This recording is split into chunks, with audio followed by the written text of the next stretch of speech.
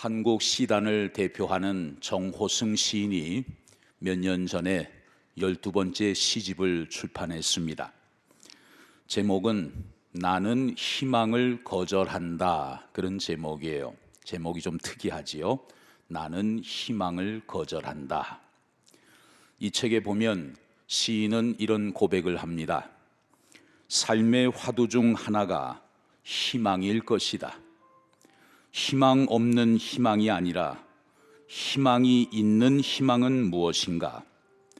절망을 소중히 여기고 존중함으로써 오히려 진정한 희망을 얻을 수 있는 것이 아닐까 하는 고통스러운 질문을 끊임없이 해봤다.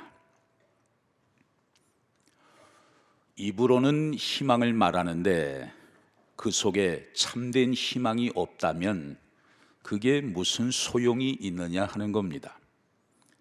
진정한 희망은 오늘의 절망을 소중히 여기고 존중함으로써 그 절망을 통해 인생을 배우고 지혜를 얻어 다시 일어설 때 비로소 참된 희망을 얻을 수 있는 것이다. 시인의 고백이 참마음에 와닿습니다. 오늘 본문에 보면 인생의 참된 희망은 과연 어떤 것인가? 그것은 어디에 있는 것인가? 그것을 우리에게 잘 보여주고 있습니다. 본문 앞에 출애굽기 16장 말씀을 읽어보면 이스라엘 백성들이 홍해 바다를 건너서 신광야라는 지역에 도착했습니다. 그런데 그곳은 불행하게도 풀 한 폭이 나지 않는 불모지대였습니다. 다시 말하면 먹을 것이 전혀 없는 곳이었어요. 백성들은 그곳에서 배고픔의 고통을 견디지 못했습니다. 비록 노예였을 망정 하루 3끼 양식은 보장되었던 지난날의 애굽 생활을 그리워하면서 지도자 모세를 원망하고 말았습니다.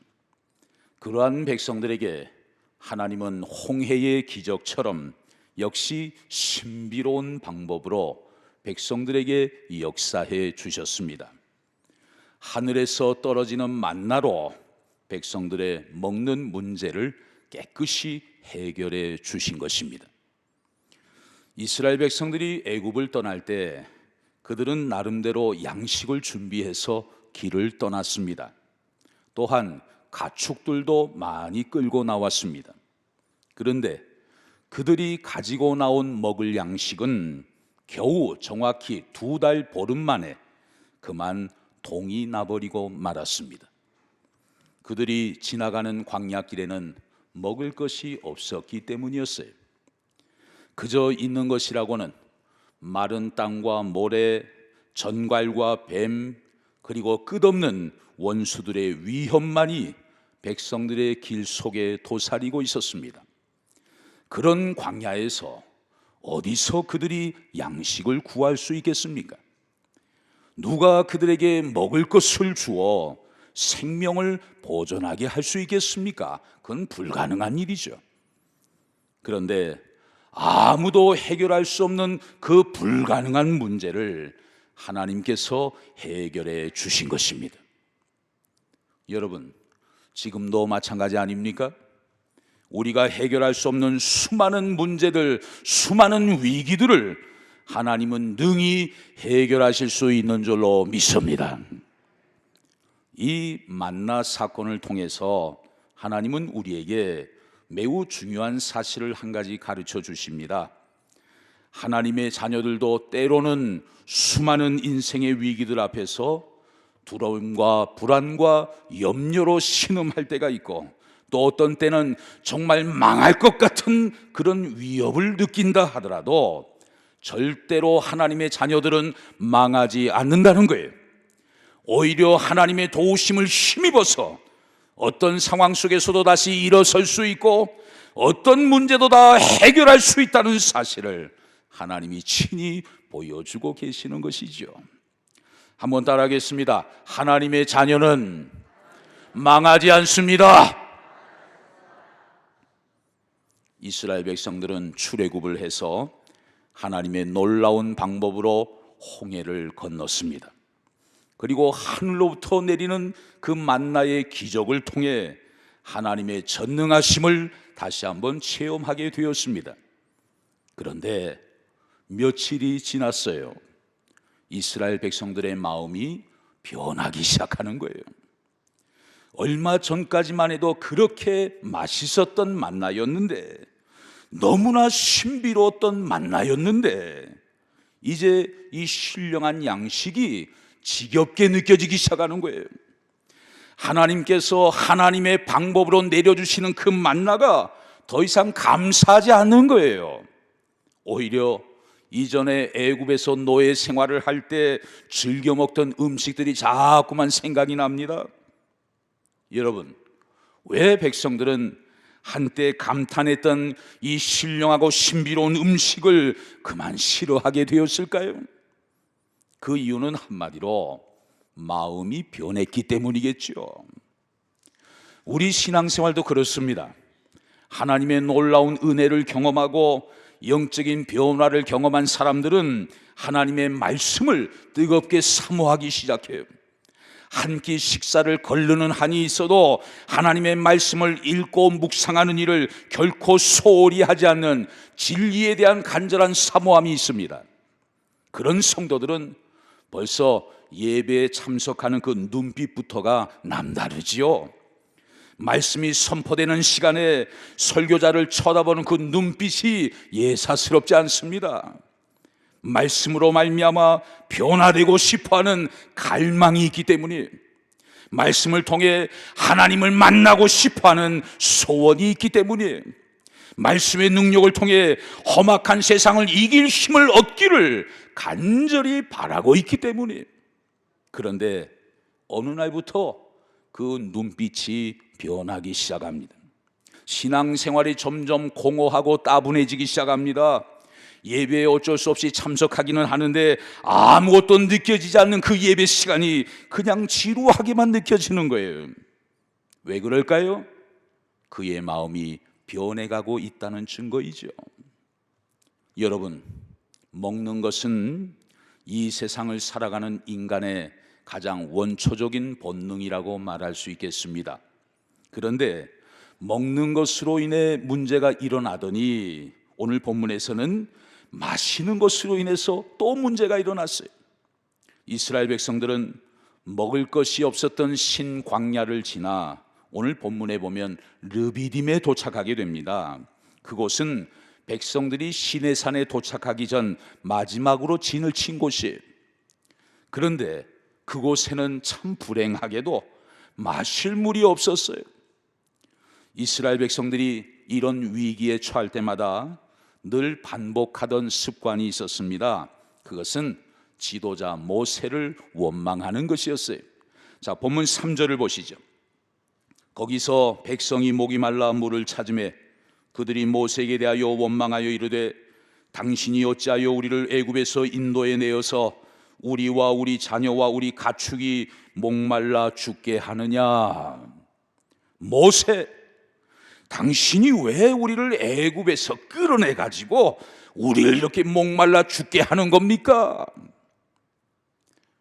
사실 백성들의 인도자는 엄밀히 얘기하면 모세가 아니죠.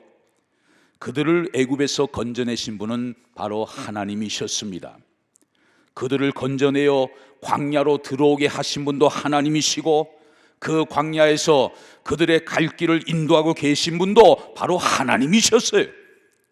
그럼에도 불구하고 어려움에 처할 때마다 그들의 눈에 하나님은 보이지 않았고 오직 하나님의 도구로 사용되었던 모세만이 그들의 눈에 들어오게 된 것입니다. 백성들의 눈에는 오직 모세만 보였습니다. 하나님과의 관계는 간 곳이 없고 오직 차가운 물질적인 이해관계만이 그들의 눈에 들어왔습니다. 그래서 자기들의 고생스러운 광야 생활이 바로 모세 때문에 비롯되었다고 생각하고 모세를 원망하고 심지어 모세를 대적하게 된 거죠. 여러분, 우리도 마찬가지 아닙니까? 우리 삶 속에 어떤 문제가 생기고 어려움이 생기게 되면 그 모든 일을 주관하시고 인도하시는 분이 하나님이라는 사실을 우리는 때때로 깊이 생각하지 못해요. 그저 누구 때문에, 다 아무개 때문에 이렇게 잘못된 거야. 다른 사람에게 원망과 불평을 쏟아낼 때가 얼마나 많이 있는지 몰라요. 이스라엘 백성들의 모습과 오늘 우리의 모습에는 별반 차이가 없어 보입니다. 그런 상황에 처할 때마다 모세가 습관적으로 하는 행동이 있었습니다. 그것은 하나님 앞에 나아가서 하나님께 기도하는 일이었어요. 사람 찾아가지 않고 오직 하나님께만 나아가서 자기 심정을 하나님께 토로했던 것이죠. 자, 본문 4절을 보십시다. 모세가 여호와께 부르짖어 이르되 내가 이 백성에게 어떻게 하리이까? 그들이 조금 있으면 내게 돌을 던지겠나이다. 하나님, 이 백성들을 어찌하면 좋겠습니까?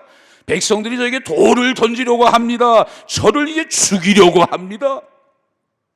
여러분, 한번 생각해 보세요. 지금 이스라엘 백성들에게 물이 필요한지 하나님이 모르시는 걸까요? 아니죠. 누구보다도 하나님이 잘 알고 계십니다. 그런데도 물이 없는 곳에 백성들을 두시는 이유가 과연 무엇일까요? 뭔가 백성들에게 말씀하고 싶으신 것, 보여주고 싶은 것이 있기 때문이 아닐까요? 오늘날 우리 삶의 자리도 마찬가지예요. 지금 우리가 얼마나 힘들고 고통스러운 인생길을 걸어가고 있는지 하나님이 모르실까요? 그럴 리가 없지요. 누구보다도 하나님이 잘 알고 계실 것입니다. 그런데 왜 하나님은 이런 힘든 상황을 우리에게 허락하시는 것일까요? 왜 고통스러운 환경 속에 택하신 자기 백성들을 그대로 그냥 두시는 것일까요? 뭔가 우리들에게 말씀하고 싶으신 것이 있는 것 아닐까요? 뭔가 우리에게 보여주고 싶은 것이 있기 때문이 아닐까요? 우리 신앙인들은 인생의 결핍, 부족함의 문제를 해결하는 데 있어서 세상 사람들과는 방식이 달라야 합니다. 지금 나에게 필요한 것이 무엇인지 그것을 잘 아시는 하나님께서 내 삶의 자리에 부족함의 상태를 그냥 두시는 이유가 과연 무엇일까? 우리는 날마다 깊이 생각해야 합니다.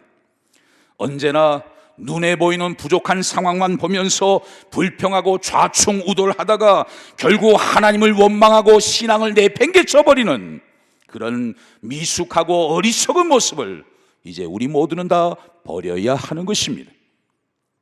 하나님께서는 백성들의 이 같은 결핍의 상황에서 모세에게 이런 말씀을 하셨어요. 자, 본문 5절 6절을 보시죠. 여호와께서 모세에게 이르시되 백성 앞을 지나서 이스라엘 장로들을 데리고 나일강을 치던 네 지팡이를 손에 잡고 가라. 내가 호렙산에 있는 그 반석이 거기서 네 앞에 서리니 너는 그 반석을 치라. 그것에서 물이 나오리니 백성이 마시리라. 모세가 이스라엘 장로들의 목전에서 그대로 행하니라. 모세야, 애굽에서 기적을 행하던 그 지팡이를 손에 잡고 호렙산으로 올라가라. 거기서 반석을 치라. 그리하면 물이 나와서 백성들이 마시게 될 거야. 모세는 하나님의 명령을 쫓아서 산으로 올라갔습니다. 그런데 여러분, 지금 이 대목은 상식적으로 생각한다면 사람들이 크게 비웃을 일입니다. 왜냐하면 물은 산 꼭대기에서 나는 법이 없기 때문이에요. 계곡 아래에 습기 있는 곳으로 내려가서 거기서 땅을 파야 물이 나오는 것이죠. 오히려 하나님은 모세에게 이렇게 명령하셔야만 했습니다. 모세야, 습기가 많고 우묵한 골짜기에 내려가서 거기서 웅덩이를 파라. 그리하면 거기 물이 있을 거야. 물이 나오게 될 거야. 그러나 하나님은 호렙산으로 올라가서 그 산의 반석을 치도록 명령을 하셨습니다. 거기서는 도저히 물이 나올 수 없음에도 불구하고 하나님은 모세에게 그렇게 얼토당토하는 명령을 내리셨어요. 왜? 거기서 하나님이 능력으로 물을 내시겠다는 것입니다. 하나님이 불가능의 문제를 가능하도록 해결해 주시겠다는 거예요. 이것은 우리에게 무엇을 교훈하는 것일까요? 하나님의 방법은 사람의 방법과는 다르다는 것입니다. 하나님의 생각은 사람의 생각과는 다르다는 거예요. 하나님의 인도하심은 사람의 계획과는 완전히 다르다는 거예요. 그렇습니다. 하나님은 지금도 우리가 상상할 수도 없는 엄청난 일들을 준비하시면서 우리 인생길을 친히 인도하고 계십니다. 그 전능하신 하나님께서 여러분의 앞길을 가장 선하고 복된 길로 인도해 주실 줄로 믿습니다. 여러분, 오늘 우리는 본문에서 또 한 가지 매우 중요한 사실을 발견하게 됩니다. 그게 뭘까요? 호렙산에서 반석이 터지고 생수가 나오는 그 기적적인 사건은 바로 예수 그리스도의 고난과 십자가의 사건과 직접적으로 연결되고 있다는 사실이에요. 우리가 성경을 해석할 때 중요한 원리가 하나 있습니다. 성서대학에서 공부하신 분들은 다 알고 있는 내용이에요. 구약의 모든 사건은 신약에 일어나게 될 사건을 전제로 하고 있고, 신약에 일어난 모든 사건은 구약에서 일어난 사건을 배경으로 하고 있다. 이 구약과 신약의 상관관계가 있는 것입니다. 오늘 본문의 이 사건은 신학적으로 매우 중요한 사건이에요. 오늘 본문의 사건은 신약에서 예수님의 고난과 십자가의 사건이 일어나게 될 것을 미리 보여주는 매우 중요한 진리가 담겨 있기 때문이에요. 이 사건이 예수 그리스도를 예표한다는 것은 사도 바울에 의해서 이미 확증이 되었습니다. 고린도전서 10장 1절에서 4절에 보면 우리 조상들이 다 구름 아래에 있고 바다 가운데로 지나며 다 같은 신령한 음식을 먹으며 다 같은 신령한 음료를 마셨으니 이는 그들을 따르는 신령한 반석으로부터 마셨음에 그 반석은 곧 누구시라? 그리스도시라. 오늘 본문에 기록된 반석이 터지는 사건은 장차 신약시대에 일어나게 될 예수님의 고난과 십자가의 사건을 미리 보여주는 예표적인 사건이었던 것입니다. 반석은 바로 그리스도였어요. 그리스도였어요.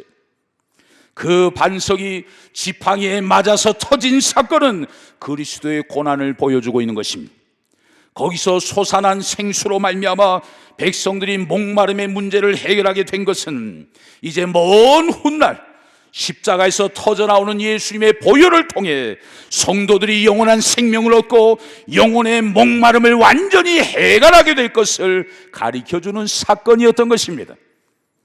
호렙산 산꼭대기 반석에서 생수를 내게 하신 그 하나님의 방법이 인간의 상식을 초월한 방법이었던 것처럼 예수 그리스도의 십자가를 통해 죄인들을 구원해내는 방법 역시 우리가 이해할 수 없는 하나님의 기이한 일임을 우리에게 너무나 잘 보여주는 사건이었던 거예요.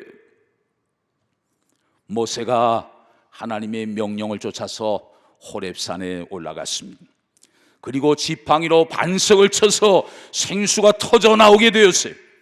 그때 백성들의 반응이 어땠을까요? 물이 나오네. 아이고, 저렇게 해도 물이 나오는구만. 여러분, 백성들이 그렇게 비아냥거렸을까요? 그냥 힐끗 쳐다보고 말았을까요? 아니죠. 백성들은 틀림없이 물이 쏟아지는 샘 곁으로 모두 모여들었을 것입니다. 그리고 손에 손을 맞잡고 기뻐 뛰면서 크게 소리쳤을 거예요. 와우, 물이 나온다, 물이 나온다. 하나님이 우리를 위하여 물을 내셨도다. 아니, 저 산꼭대기 반석에서 물이 쏟아지다니, 어떻게 이런 일이? 과연 우리의 하나님은 전능하신 하나님이시구나. 큰 감격과 환호성이 백성들의 입에서 터져나왔을 거예요. 여러분, 주님이 십자가에서 이루신 그 위대한 사건 앞에 우리도 이렇게 반응해야 하지 않겠습니까? 이스라엘 백성들이 이렇게 기뻐하고 즐거워하면서 물을 마시며 환호성을 지르던 모습처럼 말이에요. 이것이 바로 예수님의 십자가로 구속함을 받은 우리의 모습이어야 합니다. 예수 그리스도 그분 안에 있는 영원한 생명을 우리도 얻었으므로 오늘 우리 삶의 자리가 아무리 힘들고 어렵다 하더라도 우리는 날마다 구원의 은혜에 감격하면서 기뻐하고 감사하는 삶을 날마다 살아가야 할 줄로 믿습니다. 사랑하는 성도 여러분, 우리가 살아가는 인생길은 마치 광야와 같습니다. 배고픔에 문제가 있고 목마름의 결핍이 끊이지 않는 힘든 광야입니다. 힘겹게 장애물을 하나 지나면 또 다른 장애물이 기다리고 있는 그야말로 첩첩산중의 광야 아닙니까? 그러나 그 힘든 광야길을 선한 길로 인도하는 분이 계십니다. 우리 삶 속에 결핍의 문제가 생길 때마다 필요를 채워주는 분이 계십니다. 인간의 상식을 초월하여 하늘에서 만나를 내리시고 산꼭대기 반석에서 물이 터져나오게 하시는 분이 계셔요. 그 전능하신 능력으로 지금도 택하신 자기 백성들을 보호하시고 우리의 삶을 책임져 주시는 분이 계셔요. 심지어 자기 아들을 십자가에 내어주시고 십자가에서 보혈의 샘물이 터져나오게 하셔서 그 보혈의 샘물로 영혼의 목마름의 문제를 영원히 해결해 주시는 분이 우리 삶 속에 계시는 것입니다. 그분이 누구실까요? 그분이 바로 하나님이셔요. 그분이 바로 우리가 믿고 섬기는 전능하신 아버지 하나님이신 줄로 믿습니다. 이스라엘 백성들처럼 모든 일을 주관하시는 하나님을 바라보지 못하고 문제가 생길 때마다 그저 눈에 보이는 것만을 보면서 불평하고 원망하는 그 어리석은 삶의 자리에서 이제 우리 모두 벗어나십시다. 그리고 모세처럼 언제나 하나님의 주권을 인정하고 하나님의 인도하심을 바라보면서 하나님 앞으로 십자가 앞으로 나아가서 날마다 기도하십시다.